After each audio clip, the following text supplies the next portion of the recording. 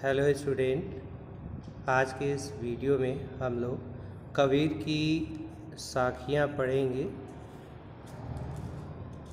कबीरदास जी ने अपनी इन साखियों के माध्यम से हमें ये बताने का प्रयास किया है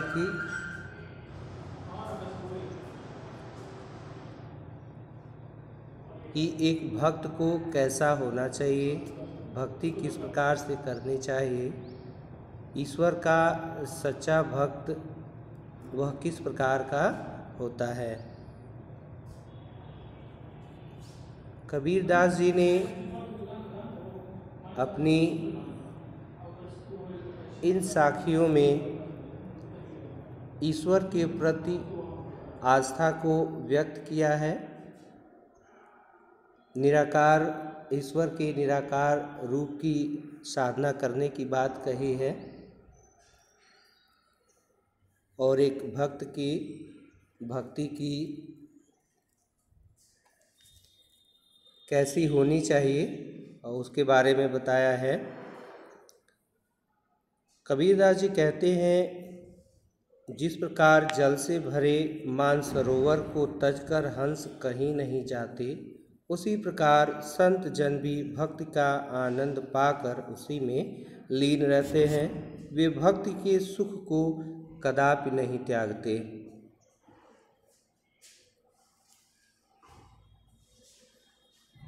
पढ़ते हैं इसको हम लोग। मानसरोवर सुभर जल हंसा खेल कराहि, मुक्ता फल मुक्ता छुगे अब उड़ अनत न जाए। मानसरोवर का अर्थ है हिमालय पर स्थित एक पवित्र तालाब। सुभर मतलब अच्छी तरीके से जल से भरा हुआ, लबालब। और एक और अर्थ है सुभर मतलब स्वच्छ और सफ़ेद जल। हंसा का अर्थ हंस है। केल मतलब क्रीड़ा और कराही मतलब करते हैं। मुक्ता फल मुक्ता चुगे, मुक्ता फल का अर्थ मोती रूपी फल और मुक्ता मतलब स्वतंत्र होकर के चुंग रहे हैं। अब उड़ अनत न जाए, अब अन्यत्र कहीं जाने की आवश्यकता वह नहीं समझ रहे हैं।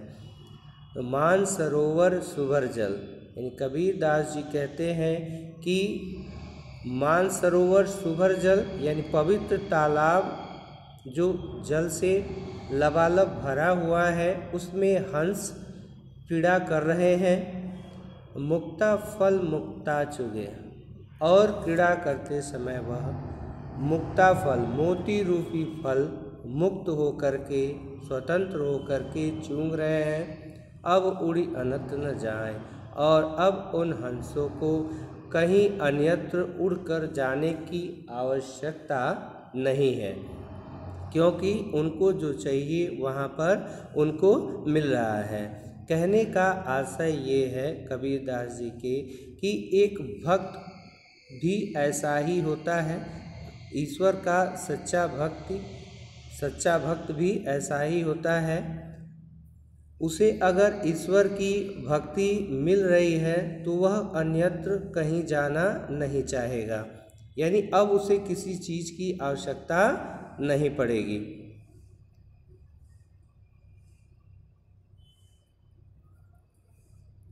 जिस प्रकार जल से भरे मानसरोवर को तजकर हंस कहीं नहीं जाते, उसी प्रकार संत जन भी भक्ति का आनंद पाकर उसी में लीन रहते हैं। वे भक्ति के सुख को कदापि नहीं त्यागते। प्रेमी ढूंढत मैं फिरौं, प्रेमी मिले न कोई, प्रेमी को प्रेमी मिले सब विष अमृत होय। प्रेमी ढूंढत मैं फिरूं, प्रेमी मिले न कोई, प्रेमी को प्रेमी मिले सब विष अमृत होए। देखिए, इसमें कबीरदास जी कहते हैं कि मैं यानी भक्त किसी सच्चे प्रभु प्रेमी को खोजने निकला, परंतु बहुत प्रयत्न करने पर भी वह मुझे न मिल सका। और वह जब मुझे मिला, सच्चा प्रेमी मिला, तो मेरे सारे पाप जो है वह पुण्य में बदल गए, वासनाएं नष्ट हो गई, दुर्भावनाएं समाप्त हो गई और मन में पवित्रता रूपी अमृत का संचार हो गया। प्रेमी ढूंढत मैं फिरूं, यानी यहाँ प्रेमी की बात हो रही है। तो किस प्रेमी की बात हो रही है? कबीर दास जी और ईश्वर की प्रेमी की बात कर रहे हैं, यानी भक्त की, भगवान की भक्त की बात कर रहे हैं कि प्रेमी ढूंढत मैं फिरूं, यानी कबीर दास जी उस सच्चे प्रेमी को यानी सच्चे भक्त की तलाश में घूम रहे हैं। तो प्रेमी मिले न कोई, पर कबीर दास जी को कोई सच्चा प्रेमी नहीं मिला, अर्थात ईश्वर का सच्चा भक्त उनको नहीं मिला। प्रेमी को प्रेमी मिले, और जब कबीरदास जी को ईश्वर का सच्चा प्रेमी मिल गया, सच्चा भक्त मिल गया, तो सब विष अमृत हुए। तो सारा जो विष था वह अमृत में बदल गया, यानी उनके अंदर की जो सारी बुराइयां थीं, जो दुर्गुण थे, दुर्भावनाएं थीं, वह सभी नष्ट हो गई, समाप्त हो गई। वासनाएं नष्ट हो गई, दुर्भावनाएं समाप्त हो गई और मन में पवित्रता रूपी अमृत का संचार हो गया। हस्ती चढ़िए ज्ञान को सहज दुलीचा डार, स्वान रूप संसार है भूकन दे झक मार। हस्ती चढ़िए ज्ञान को सहज दुलीचा डार, स्वान रूप संसार है भूकन दे झक मार।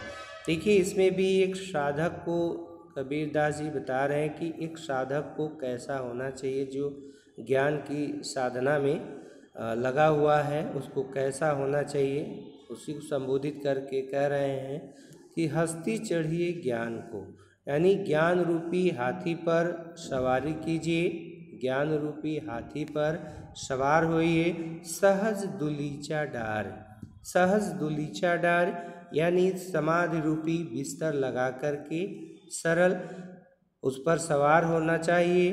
स्वान रूप संसार है, और ये संसार तो जो है वह कुत्ते के समान है। स्वान का अर्थ होता है कुत्ता, तो कबीर दास जी ने संसार को कुत्ते के समान बताया है। भूखन दे झकमार, जो भूखन दे झकमार यानी जो भौंकेगा ही, वो भौंकता रहता है।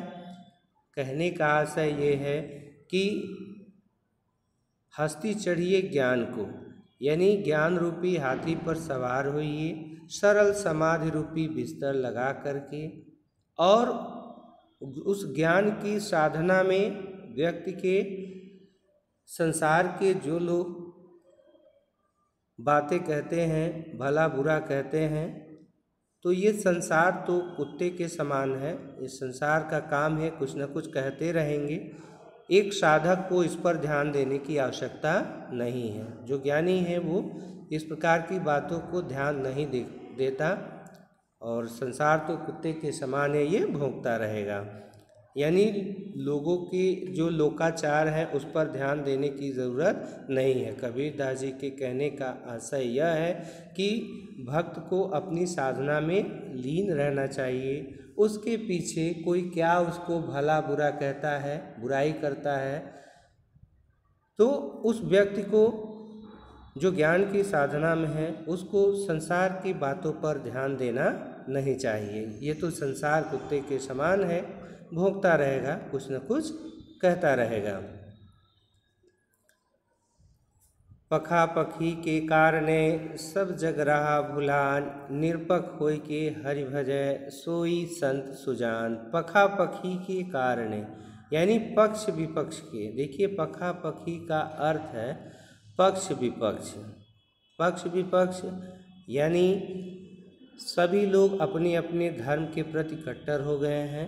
तमाम प्रकार के धर्मों के लोग हैं, और हिंदू, मुस्लिम, सिख, ईसाई, और सभी अपने अपने धर्मों के हिसाब से अपने अपने ईश्वर की पूजा करते हैं, आराधना करते हैं।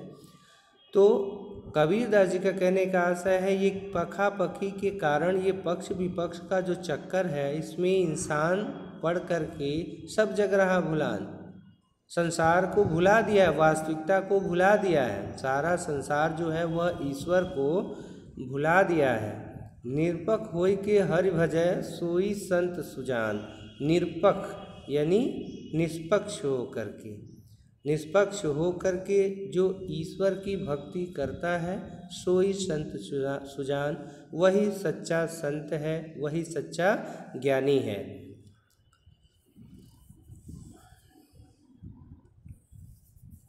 हिंदू मुआ राम कही मुसलमान खुदाय, कहे कबीर सो जीवता जो दुह के निकट न जाए।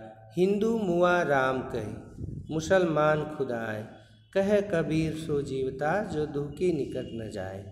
देखिए कबीरदास जी इसमें कहते हैं कि हिंदू वह राम राम कह के जो है मर जाते हैं, अंततो गत्वा मृत्यु को प्राप्त करते हैं। मुसलमान जो है वह खुदा खुदा कह के मर जाते हैं।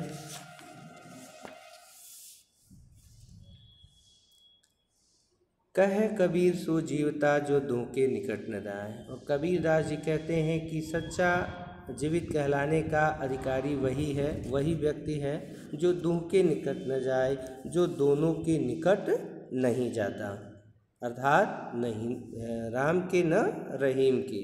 देखिए इसमें कबीरदास जी निराकार ईश्वर की आराधना की बात कर रहे हैं। कबीर कहते हैं हिंदू जन राम का नाम लेकर मर गए, मुसलमान खुदा कहते कहते मर गए, पर दोनों ईश्वर को न पा सके।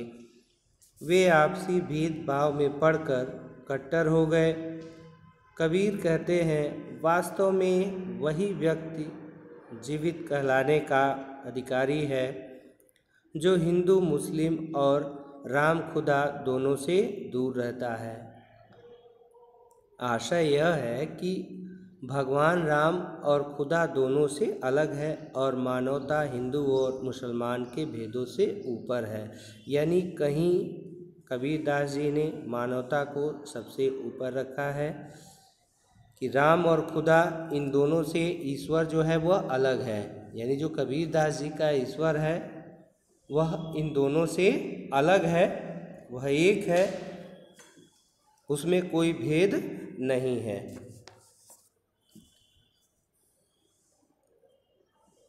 काबा फिर काशी भया रामई भया रहीम, मोट चून मैदा भया बैठ कबीरा जीम। काबा फिर काशी भया रामई भया रहीम, मोट चून मैदा भया बैठ कबीरा जीम। देखिए काबा फिर काशी में, काबा क्या है? ये मुस्लिम लोगों का पवित्र तीर्थ स्थल है। काशी मतलब काशी, भया भया का अर्थ हो गया, मोट मोट का अर्थ है मोटा, चून मतलब आटा, और जिम जिम का अर्थ है भोजन, भोजन कर।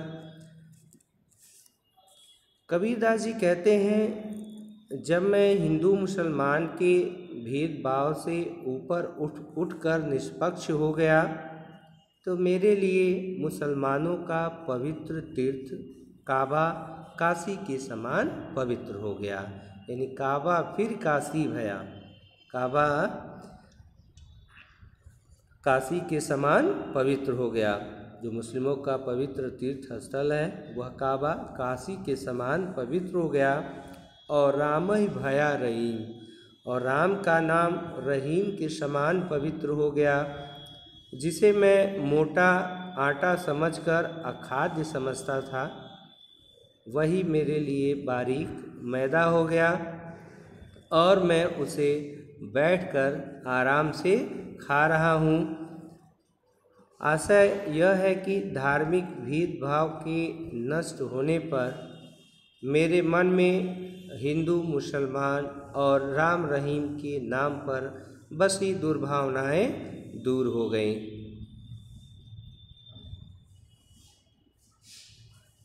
ऊंचे कुल का जन्मिया जे करनी ऊंच न होय, सुबरन कलश सुरा भरा साधु निंदा सोय। जन्मिया, जन्मिया का जन्म लेने वाला, करनी मतलब काम क्रियाकलाप, सुवर्ण, सुवर्ण का अर्थ सोना है। कलश घड़ा और सुरा का अर्थ जो है वह शराब से है। यानी कबीरदास जी कहते हैं यदि कोई मनुष्य ऊंचे कुल में जन्मा है किंतु उसके कर्म ऊंचे नहीं हैं तो क्या लाभ। सोने का घड़ा अगर शराब से भरा हो तो भी साधु लोग ऐसे पात्र की निंदा करते हैं। आशय यह है कि मनुष्य कर्म से महान बनता है न कि जन्म से।